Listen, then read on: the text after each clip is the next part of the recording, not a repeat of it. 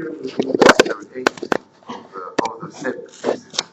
It's funny when you write a thesis at the age of 58. The funniest part is that you begin by saying, well, now, I've been working on this thing for 30 years. So Barry was saying, now, what are my questions 30 years later? What are the real issues here? How was the international system conceived in the 1850s? What were the events that changed it in the 1870s, in the 1910s?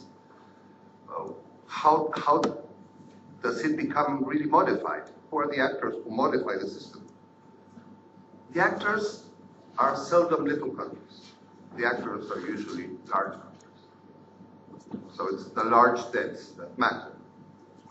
The large debts were the Latin American debts in the 1970s. The large debts today are basically the United States debt. The large debts of the 1920s were the inter-allied debts. The large debts of the 1930s were the German debts. The large debts of the 1950s were again the German debts. So it all depends on how you look at it that you reach different conclusions.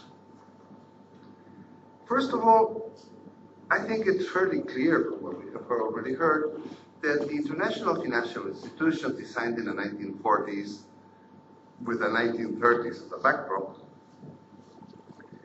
really were the arm of what later became known as the G7. Initially, it was the arm of the US Treasury. It was designed by the US Treasury. Harry White worked for the US Treasury. Harry White thought of the Economic Stabilization Fund in 1935 using Professor Kassel's idea, who was a German professor, and in 1936 established the Economic Stabilization Fund with France and Britain and stopped the devaluation of the currencies, the competing devaluation of the currencies. It was in 1936. That idea was then pushed forward in 1942 to the Moscow Conference, and then in 1944 it became the IMF. That IMF ended in 1971 when the relationship between gold and the US dollar was broken. The US dollar devalued vis-a-vis gold.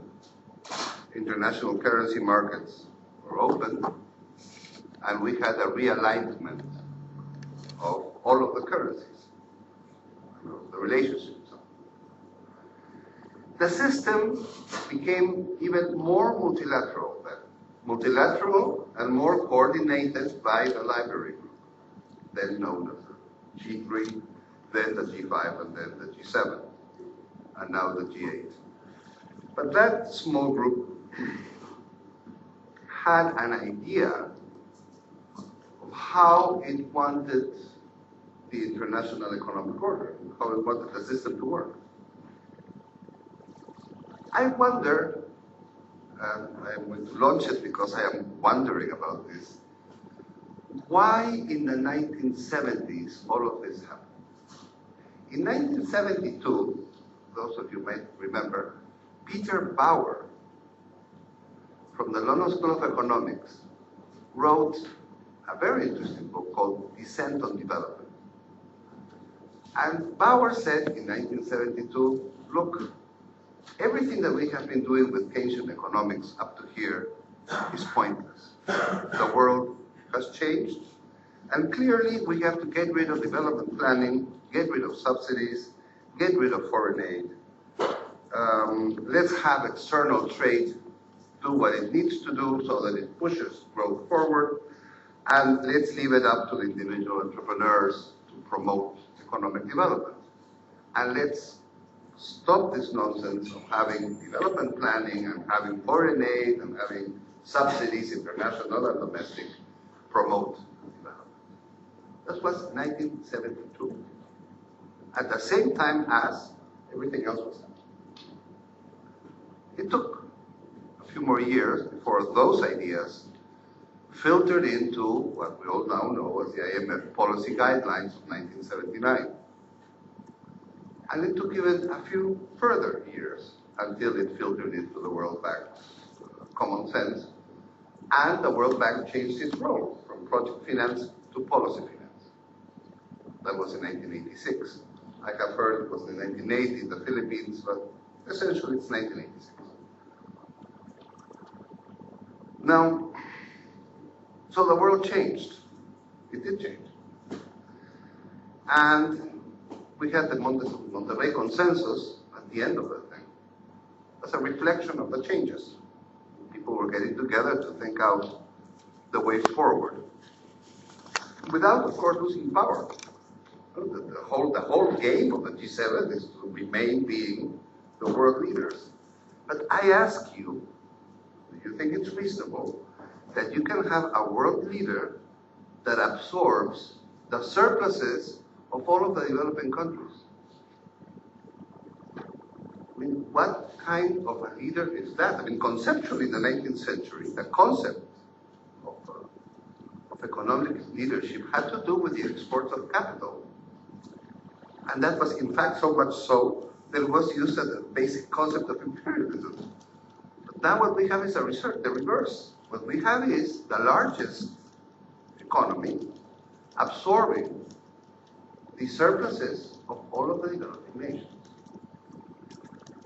And these surpluses, of course, are mostly Asian these days. 2/3 of the world's international reserves belong to Asia. And the rest belongs to the rest, to the European Union, to the Middle East, to Africa, and to Latin America. Just for the sake of comparison, Latin America has the same level of international reserves as the European Union. Something major has happened. I mean, we are undergoing a major change. But what is happening even more is that while all of this is undergoing, the rate of exchange of what used to be our measurement tool, which was the US dollar, has devalued. When we look at the Latin American economies, with the exception of Mexico and Venezuela, which are linked to the US dollar, but when we look at the Latin American economies, we have all seen a devaluation of the US dollar, somewhere between 10 and 30%, depending on how much dirty float the central bank of that particular country has managed to have. But a devaluation of the US dollar for Latin America is catastrophic. It's catastrophic for for the internal trade within Latin America, within South America. But of course, it has also, the US dollar has devalued generally because of its fiscal deficits. So we have it's devalued, it's now 39% below what it was 7 years ago in the European countries, the US. And it has not devalued substantially with Asia. Why has it not devalued substantially with Asia? Because they are all linked to the US dollar. Washington says it's the Chinese that are linked, etc. It's not the Chinese, it's all of them. And it's all of them because 50% of Asian trade is within Asia. So it resembles Europe. A sizable amount of international trade happens within the region. And in order for that to happen, you need to have an exchange rate that doesn't move. So if one is linked, everybody's linked. Unless we all agree to have a common currency unit in which we trade. In which case, of course, we delink from the US dollar and we keep our relationships among ourselves in a new unit. And that was a European solution. The European solution, needless to say, was a European currency unit, a development, what's called a cohesion fund, which is a development fund, and eventually a central bank to have a stabilization fund. The Asians saw this, I think, at a distance, until 1997. When the Thai crisis happens, it is clear for everybody it was not a trade crisis. It had nothing to do with terms of trade. It was clear that it was a problem of having borrowed in the short term at zero interest rates, exchange with fixed exchange rates, then put it into the domestic market. And that, of course, created a bubble in Thailand, and that in turn created the problems it created. All bubbles end the same way. When the Japanese government said, in its own self-interest, that it wanted to create a nation monetary fund, because it was the Japanese banks that were losing money in Thailand, and the US Treasury, Larry Summers, immediately came out and said, forget it. You're not creating a nation monetary fund. We're going to have our own IMF here. And then it gave the wrong advice, right? When that happened, the Asians took their lesson, which was, first, there is a need, if you have enough reserves in the region, there is a need to have a stabilization fund in the region that does not require asking anybody else for permission to rescue banks or to rescue balance of payments. The second one was that there is enough trade within the region as to create a common monetary unit. And the third one was that you cannot have a process of economic and political integration unless the lesser developed parts of that region are leveled out with the rest of the region. So the concept of the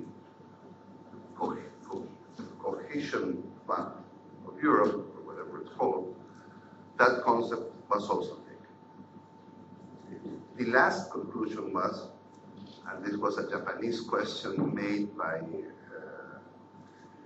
a senior researcher of Nomura Research Institute, why should we lend money to a country that uses those funds for ends that are not in the best interests of us, the lenders? It sounds like a very reasonable question. Why shouldn't we instead develop a local meaning Asian, bond market and have those surpluses finance our development? Makes sense. So that is the Asian lesson, with exchange rates, with fluctuations and with volatility. The Latin American lesson, and we're about to lose the lesson, was if the Asians are doing it, why don't we do it? And we're about to lose the lesson because size matters. In Asia, I don't know how, size doesn't seem to matter. There seems to be a balance between the large countries and the rich countries, and they weigh itself out, balance. In Latin America, the large countries and the rich countries and the small countries don't seem to be able to agree on the need for stability, the need for autonomy, and the need for a development of a local bond market. Thank you very much.